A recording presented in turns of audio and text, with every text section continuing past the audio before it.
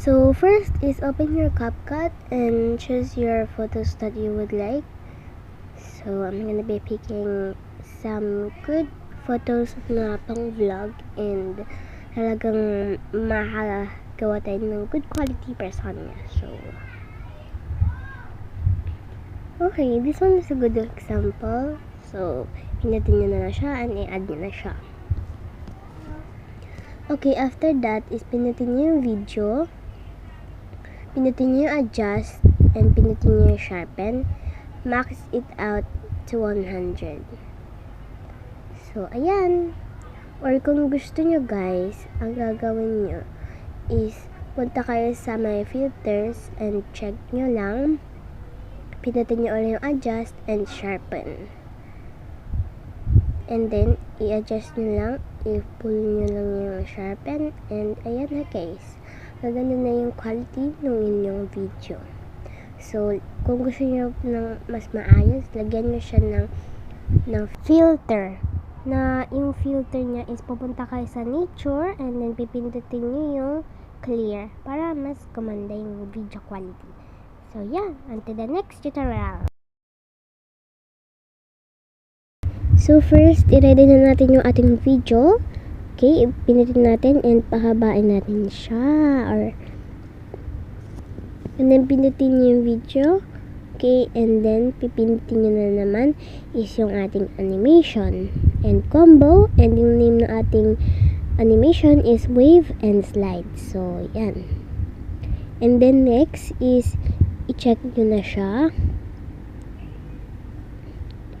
Or kung gusto nyo guys is i-adjust nyo siya, i-cut nyo siya. And then pagkatapos is pindutin nyo na yung style, i-allow nyo lang. And then next is pindutin nyo yung pop-up album. And ayan, ting!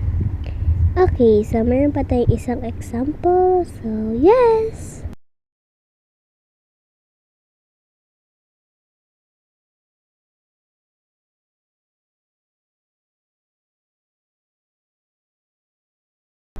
Okay guys, so ito naman yung isang example sa original photo naman kapag kayo yung nakapoto. Hindi naman siya yung naka-cartoon. So, hanap ako ng photos ko dito. So, ito. And i-add na natin siya. Dalag na natin yung una. Ipahabain ulit natin siya. Animation. Combo. Minutin natin. And wave and slide ulit. So, gawin nyo na yung gagawin ko. Okay, and then 3-0. And then style ulit siya guys. And pop-up album.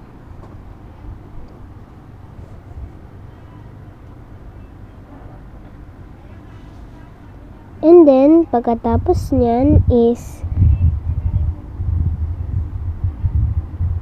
yan. So, pagkatapos nyan guys, ayun siya. So, kung gusto nyo siya i-adjust, pwede nyo siya i-cut or kung ano yung gagawin nyo. So, yan. So, ito naman tayo. Okay guys, so pagkatapos nyan is pindutin nyo naman is yung shrink and bounce. So, yan. Ano tayo ng mga effects na pwedeng yan sa kanya. Pero, parang okay na siya eh. Kaya siguro lalagyan na lang natin siya ng effects na shake. So, syempre pumunta kayo sa effects. Tapos pindutin niyo yung video effect. Tapos pindutin niyo yung basic. And then pindutin niyo yung shake. Or, una is muna tayo sa may lagyan siya ng mga effects. So, yun. Nalagyan ko siya ng effect. Pero parang, sige. And then, pindutin na natin yung shake. Asan na yung shake? Ayun, shake. And then, pindutin natin yung adjust. Siyempre guys, i-adjust din natin siya. Or, kayo bahala kung adjust na siya. It's up to you, pero pwede din i-adjust. So, yan. May shake na tayo.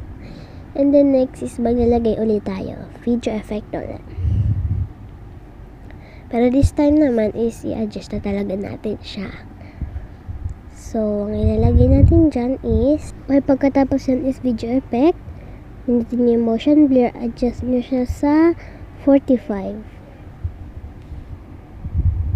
Okay, and pagkatapos nyan is i-adjust lang natin siya. Maliit lang, guys. And tingnan nyo. Boom. So, maganda yan, guys. Okay, mag-alala. So, ito, guys, yung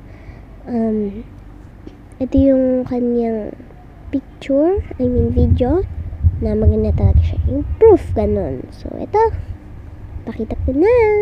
Yun, guys. So, yun lang. And thank you for watching.